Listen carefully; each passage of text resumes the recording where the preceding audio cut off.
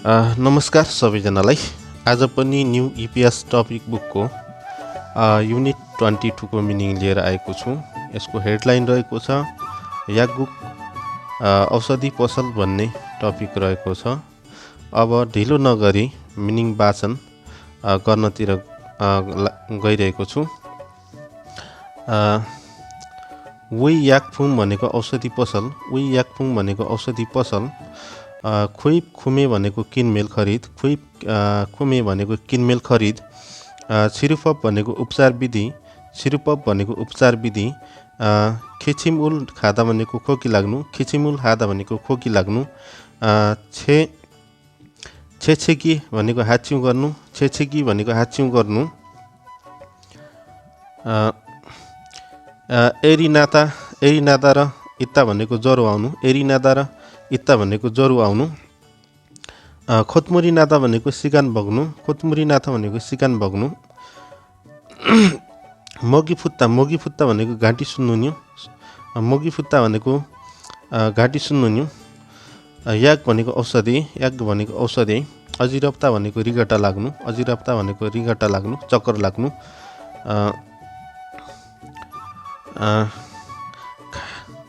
खारेप्दा भनेको चिलाउनु, खारेप्दा भनेको चिलाउनु, खारेप्दा भनेको चिलाउनु,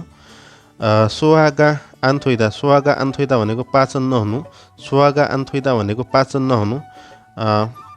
फेदारी नाता भनेको पेट खराब हुनु, पेट दुख्नु, फेदारी नाता भनेको पेट खराब हुनु, पेट दुख्नु, सल्सारुल हादा भनेको पखाला लाग्नु, सल्सारुल हादा भनेको पखाला लाग्नु, थो हादा भनेको बान्ता गर्नु, थो हादा भनेको बान्ता गर्नु, पेगा फुरजिदा भनेको हड्डी भाँचिनु, पेगा फुरजिदा भनेको हड्डी भाँचिनु, सोनी फेइदा भनेको हात काटिनु, सोनी फेइदा भनेको हात काटिनु, सोनी फेइदा भनेको हात काटिनु, तर हल्का मात्रामा काटिनु हो यो चाहिँ। मासुकु भनेको मास्क, फिसाङयाक भनेको आपतकालीन औषधि, फिसाङयाक भनेको आपतकालीन औषधि, छोल्लिदा भनेको निन्द्रा लाग्नु, निन्द्राले झुल्नु, छोल्लिदा भनेको निन्द्राले झुल्नु, फोगान हादा भनेको भण्डार गर्नु, सञ्चित गर्नु, फोगान हादा भनेको भण्डार गर्नु, सञ्चित गर्नु, इयु भनेको कारण, फान्दान भनेको निडे, खुनको भनेको आधार, फेनुइजम भनेको 24 घण्टे पसल, सुविधा स्टोर, खिचिम्याक भनेको खोकीको औषधि, खोतमुर याक भनेको सिगान रोक्ने औषधि, खोतमुल याक भनेको सिगान रोक्ने औषधि, नोरान सेक भनेको पहेँलो, साङ्गादा भनेको बिग्रिनु सड्नु, नेङजाङ्गो फ्रिज, आर्याक भनेको औषधि चक्की गोली, फुङथे भनेको पट्टी, एन्गो भनेको मलम, फासु भनेको दुखाइ कम गर्ने स्टिकर, फेन्तु भनेको पट्टी ह्यान्ड प्लस टेप,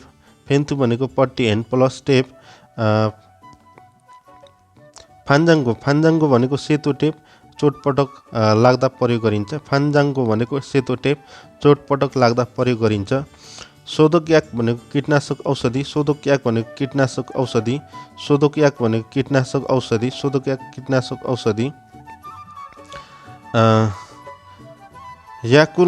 याकुल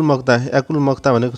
चक्की खानु, औषधि खानु, याकुल मक्ता भनेको औषधि खानु, याकुल पुरिदा भनेको कीटनाशक औषधि छर्किनु, याकुल पुरिदा भनेको कीटनाशक औषधि छर्कनु,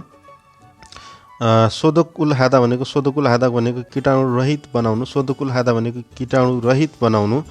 एन्गुरुल फारुदा भनेको मलम लगाउनु,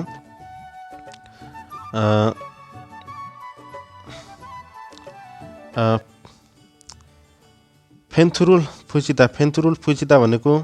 ह्यान्ड प्लस टेप लगाउनु टसाउनु, फेन्थुरुल फुचिदा भनेको ह्यान्ड प्लस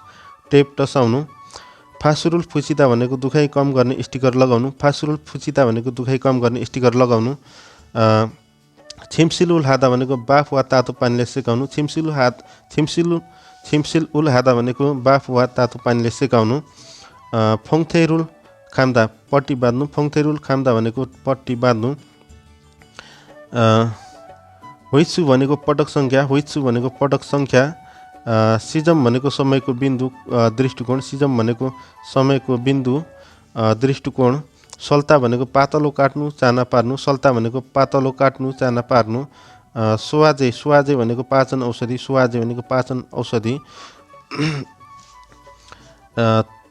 थोवा थुरिदा भनेको सहयोग गर्नु थोवा थुरिदा भनेको सहयोग गर्नु थोवा थुरिदा सहयोग गर्नु सोफ्यो सोफ्यो भनेको पार्सल प्याकेज सोफ्यो भनेको पार्सल प्याकेज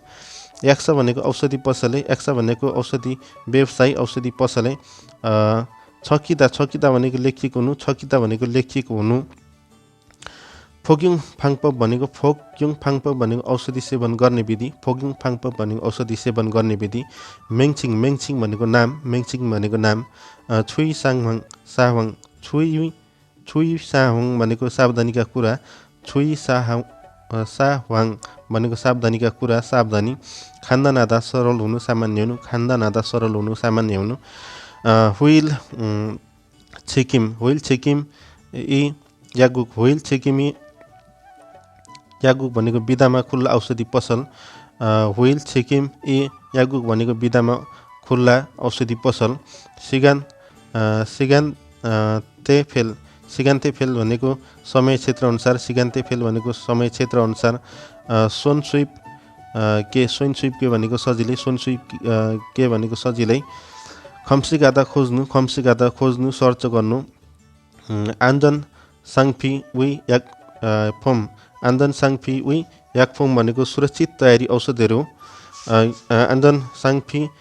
वी याक फोम भनेको सुरक्षित तयारी औषधहरू हेरेल्जे भनेको हेएलजे भनेको ज्वरो कम गर्ने औषधि छिन्थोङ छे भनेको दुखाइ कम गर्ने औषधि छिन्थोङ छे भनेको दुखाइ कम गर्ने औषधि छिसा छे भनेको पखाला रोक्ने औषधि छिसा छे भनेको पखाला रोक्ने औषधि छिसा छे भनेको पखाला रोक्ने औषधि सुवा छे भनेको पाचन औषधि सुवा छे भनेको पाचन औषधि खुनिक भनेको मांसपेशी खुनिक भनेको मांसपेशी ख्वान्चल भनेको जोर्नी ख्वान्चल भनेको जोर्नी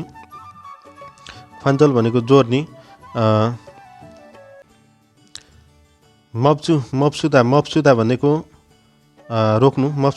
रोक्नु ख्वासिक भनेको धेरै खानु थोङजुङ भनेको दुखाइ युमिङ हादा भनेको पर्सिदाउनु हस् त आजलाई युनिट 22 को मिनिङ यति भन्दै नेक्स्ट टाइम युनिट 23 को मिनिङ लिएर आउने छु भन्दै आजलाई बिदा चाहन्छु हस् त धन्यवाद।